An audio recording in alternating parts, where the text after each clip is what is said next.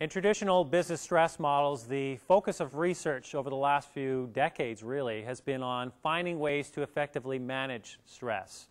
And all the research has come down to advocating one of two primary methods to do that. And they are these. One, you can remove the stressors entirely. Find a way to eliminate them. Or secondarily, if you can't do that, find a way to reduce your emotional response to them.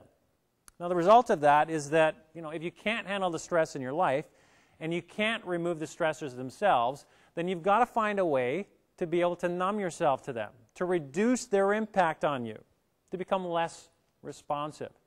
You can probably imagine the consequence of that in the workplace today. Everywhere around us, we see people that are overworked, they're overstressed, and what do? People are starting to numb out. They're disengaging. They're disconnecting from the relationships of the people in the organization.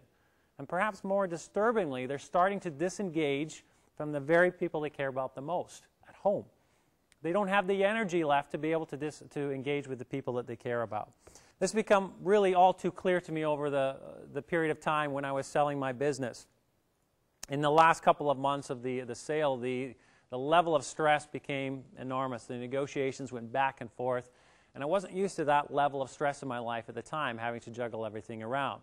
During one weekend, I was sitting home having to pour through the latest round of emails, and my little daughter came into the room. She's 1.5 years old, and she'd spent the morning in the garden with her mother and had found two little rocks, two little treasures, and she had them clutched in her fist, and she walked into the office, and she came up next to me, and she outstretched her arm with these two little precious treasures, wanting to give them to me as a gift, and she said, "Look, please, Dada."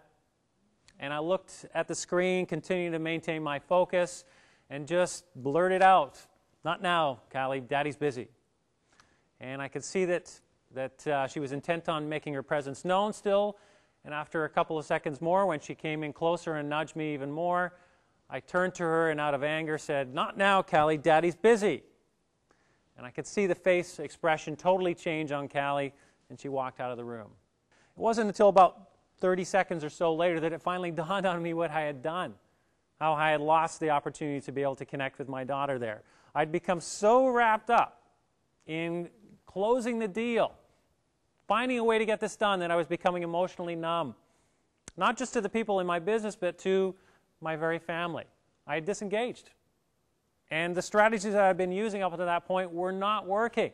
I couldn't remove the stressors, and I was not able to find a way to minimize my response to those stressors. In Energy for Performance, as we talked about earlier, the solution is not looking at stress as the enemy. The solution is to look at the enemy being insufficient recovery in our lives. The reality was I wasn't getting the type of recovery that I needed. It wasn't the stress that was bad. It was my inability to find ways to significantly recover day to day, month to month, week to week, throughout the entire year in order to maintain the energy that I had.